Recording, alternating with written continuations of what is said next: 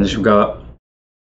네, 오늘은 마태복음 5장 11절 그리고 12절 이 두 절의 말씀을 가지고 오늘 공부를 해 보도록 하겠습니다. 이 11절과 12절의 말씀은 바로 지난 시간에 배웠던 우리 10절에 종속이 되어 있는 그런 말씀이다. 이렇게 말씀을 드릴 수 있습니다.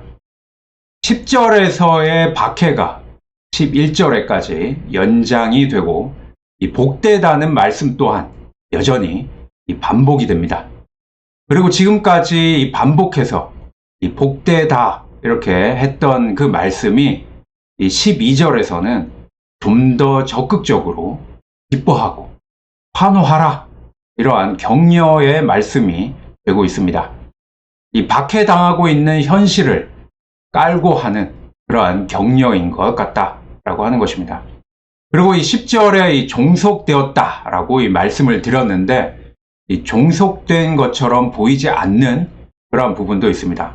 이 10절에서는 이 의 때문에 라고 했던 말이 11절에서는 좀 더 구체적으로 나 때문에 라는 말로 이 다르게 표현이 되어 있습니다.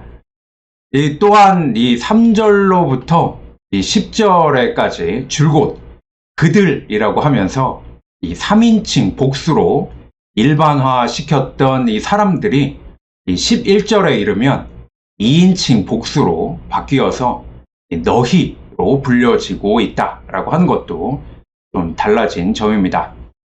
의 때문에 박해를 당해 온 그들이 나 때문에 박해를 당하는 너희로 바뀐 셈입니다. 그리고 하늘 안에 있는 너희 상이 크기 때문이다 라고 말씀하시면서 지금까지 말씀한 적이 없는 이 상에 대한 언급을 잊지 않고 있습니다. 이 예언자들에 대한 박해를 또한 말씀하시면서 너희와 예언자들이 다르지 않음을 말씀하는 것도 여기서 눈여겨볼 점이라고 할 수가 있습니다. 이것은 무엇을 말씀하시고자 하는 것일까 하는 것을 계속해서 질문을 가지고 배워보도록 하겠습니다. 우선 이 의 때문에 라는 말이 11절에서는 나 때문에 라는 말로 바뀐 것을 주목해 봐야 합니다. 지난 시간에도 말씀을 드렸지만 의 때문에 라고 할 때 그 의는 사람에 따라 다를 수 있다 라고 하는 것입니다. 전혀 의롭지 못하면서 스스로 의롭다고 생각할 수도 있는 것이고 의로운데도 불구하고 불의하다고 비난받고 박해를 당할 수도 있다라고 하는 것입니다. 이것은 지난 시간에 설명을 드린 것처럼 저마다 갖고 있는 그 의의 잣대가 다 다르기 때문이라고 말씀을 드렸습니다. 이렇듯 사람마다 다른 의의 잣대가 있다라고 한다면 어떤 사람이든 인정하고 통할 수 있는 객관적인 의의 기준은 엄정히 말하면 존재하지 않는다 이렇게 말할 수도 있을 것 같습니다. 이 사람 사이에서의 이 의의 기준이 객관적일 수 없다고 한다면 결국 의는 주관적일 수밖에 없고 무엇을 의롭다고 믿느냐 하는 믿음으로 귀착될 수밖에 없습니다. 바로 여기에서 믿음과 의는 서로 맞물리게 되는 것입니다. 이 믿음이 같다라고 하는 것은 이 의에 대한 생각이 같은 것이고 같은 의의 표상을 갖고 있다는 말입니다. 그래서 같은 믿음을 가진 이 신앙 공동체가 형성되는 것이라고 할 수가 있는데요. 그 의의 표상이 이 교회 공동체에 속한 사람들에게는 바로 예수 그리스도가 되는 것입니다. 이 10절의 의 때문에 라고 하는 말씀이 11절에 와서 나 때문에 라는 말로 바뀐 것도 바로 이 때문이라고 말씀을 드릴 수가 있습니다. 자, 바로 여기에서 이 죽인 자들 그리고 이 죽임을 당한 자의 극명한 대비를 통해서 예수님의 죽음을 재해석하게 된 것이다 라고 하는 것입니다. 그래서 그리스도를 죽인 자들은 과연 그를 죽일 만큼 의로웠던 사람들인가? 그리고 죽임을 당한 그는 과연 죽임을 당할 만큼 불의한 사람이었던 것인가 하는 이러한 질문이 생기게 되는 것입니다. 바로 이 의문이 사람들의 생각을 바꾼 사상적 단서로 작용했다고 할 수가 있습니다. 그래서 나온 결론이 이 십자가에 달린 그 죄인은 죄가 없었다라고 하는 것입니다. 율법에 따라 처단되기는 했지만 그 범법자야말로 도리어 의로웠다는 항변이 여기에서 나오는 것입니다. 이 십자가의 죽음을 십자가의 죽임이라고 보게 됨을 통해서 이 시각에 변화가 생기게 되는 것이고, 바로 여기에서 재해석이 가능하게 된 것입니다. 이것은 단순히 죽임을 당한 분을 변호하기 위해서 이 죽인 자들을 문제 삼고 나선 것이 아닙니다. 이 죽인 자들을 문제 삼음으로써 의와 불의를 가르는 이 의의 잣대 그 자체를 부정을 한 것입니다. 누가 예수님을 죽였고 무엇이 그를 십자가에 달았는가 하는 그러한 질문인 것입니다. 이 질문에 스스로 의롭다고 하는 의인들이 그를 죽인 것이고, 그들이 자기 정당성의 근거로 삼은 그 율법이 그를 십자가에 매달았다는 답을 말해주고 있는 것입니다. 이렇게 놓고 보면 이 살인 행위, 예수님을 이 십자가에 달려서 사형에 처하도록 내버려 둔 것이 죽임이라고 한다면 그것이 살인 행위가 되는 것이죠. 바로 이런 살인 행위까지도 정당화해 준 것이 바로 율법이라고 한다면, 사람을 살리고 구원하기 위해서 주신 하나님의 법마저도 사람을 죽이는 행위를 합법화하는 그런 도구로 전락했음을 입증하는 것입니다. 그래서 사도 바울 같은 사람은 자신의 이 지난 경험을 통해서 율법이 더는 살리는 법이 아니라 죽이는 법임을 꿰뚫어 보게 된 것이고, 또 그래서 로마서 3장 20절의 말씀처럼 이 율법으로는 의로워질 수 없다, 이러한 결론을 내리게 되었던 것입니다. 이렇게 되면 죽임을 당하면서도 이 죽이는 자들을 용서하신 그분의 사랑이 새로운 의로 이 빛을 발하게 됩니다. 그래서 로마서 3장 21절의 말씀에 보게 되면은 이제는 율법과 별도로 하나님의 의가 나타났다, 이렇게 말씀을 하는 것입니다.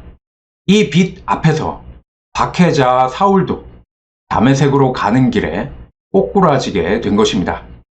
지금까지의 자기 의가 불의였음을 깨닫게 된 것이죠.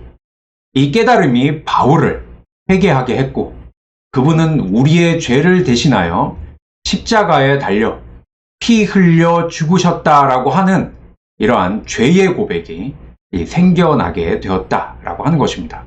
불의하면서도 스스로 의롭다고 했던 나의 죄가 그를 죽게 했다는 이 뼈아픈 뉘우침, 회개라고 하는 것입니다. 이러한 회개를 통해서 우리가 살펴봤던 이 3절로부터 이 10절까지의 과정을 거치는 동안에 마음이 바뀌고 행위가 달라지고 삶이 변화됨으로써 급기야 나 때문에 박해를 당하는 너희로 변하게 된 것입니다. 이 3인칭 복수였던 그들이기만 하던 사람들이 2인칭 복수의 너희로 불려지게 되었다는 것은 이제 이들이 예수님의 그 가르침에 직접적인 대상이 되었다는 그 말이나 다름이 없습니다. 의 때문에, 그리고 나 때문에 예수님의 제자인 너희가 이 박해를 받게 되었습니다.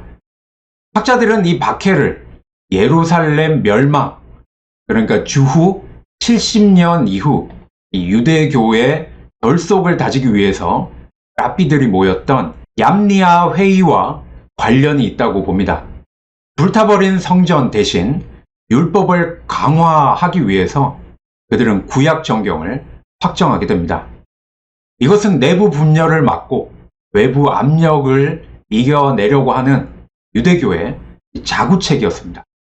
그리고 주후 85년경에는 유대인 그리스도인들을 자기네 예배에 참석하지 못하게 하기 위해서 회당 예배의 기도문 속에 이 그리스도인을 저주하는 특별 기도문까지 삽입시켰다고 하니까 그 박해가 어느 수준이었는가 하는 것을 우리가 짐작해 볼 수가 있습니다. 이러한 박해 속에서 당시 그리스도인들은 나는 예수님이죠. 나와 너희, 너희는 제자들이죠. 이 나와 너희가 이 둘이 아님을 확인할 수 있었을 것입니다. 예수님의 제자로서 받는 비난이고 예수님 때문에 당하는 박해였기에 그 고난이 남다른 의미로 받아들여졌을 것입니다. 자, 그렇다면 당시 그리스도인들은 그러한 박해 중에도 어떻게 꺾이지 않을 수 있었을까 하는 그러한 질문이 생기게 되는데요. 오늘 이 본문인 11절과 12절의 말씀을 보게 되면은 이 비난하고 박해하며 거짓 증언으로 너희를 대적하는 온갖 악한 말을 하는 사람들 앞에서 기뻐하고 환호하라 라고 하는 이 11절의 격려가 어떻게 격려로 들릴 수 있었겠는가 하는 것을 우리가 질문을 해볼 수가 있습니다. 더욱이 환호하라 라고 이 번역된 헬라어, 이것은 아갈리아오 라고 하는 헬라어인데요. 바로 이 환호작약할 정도의 큰 기쁨을 나타내는 그러한 의미입니다. 그렇기에 박해 속 환호는 어떻게 이해해야 하느냐 하는 것이 참으로 중요하다고 할 수가 있습니다. 이 물음에 대한 대답은 이 두 가지인데요. 바로 하늘 안에 있는 너희의 상이 크기 때문이라고 하는 것이고, 그리고 그들은 너희 이전의 예언자들도 이와 같이 박해하였기 때문이라고 하는 12절의 말씀에서 답을 찾을 수가 있습니다. 이 상은 나 때문에 받는 박해라는 초점이 맞춰져 있습니다. 박해를 당하면서도 굴하지 않은 이 의에 대한 보상으로서 상을 말하고 있다고 보는 것이 옳습니다. 이 상에 대해서 바울은 지금 우리가 겪는 고난은 장차 우리에게 나타날 영광에 비하면 아무것도 아니다 라고 이 로마서 8장 18절에서 말씀하고 있습니다. 그리고 이 상에 대해서 산상설교에서도 5장 12절, 그리고 5장 46절, 그리고 6장 1절, 2절, 5절 이렇게 사용을 하고 있는데요. 이 상은 우리의 소망과 관계가 됩니다. 이 영광과 이 상에 대해서는 현재 우리가 알고 있는 어떤 것과 비교할 수 없는 그러한 값어치와 크기를 가지고 있다라고 할 수가 있습니다. 그리고 한 가지 더 생각해 볼 수 있는 것은 예언자들에 대한 언급입니다. 박해당하는 현실을 놓고 과거의 예언자들을 말하는 것은 이러한 박해가 어제 오늘의 일이 아님을 말씀해 주고 있는 것입니다. 박해를 당한 사람들은 너희만이 아니었다라고 하는 것입니다. 너희 이전의 예언자들도 그러했다는 것입니다. 하나님의 백성이라고 하면서도 정작 하나님의 뜻을 거역하고 하나님의 사람들을 박해해온 이스라엘 역사를 꿰뚫어 보고 계시는 예수님의 말씀인 것입니다. 자, 오늘은 여기까지 하도록 하겠습니다. 우리 다음 시간에 계속해서 공부해 보도록 하겠습니다. 감사합니다.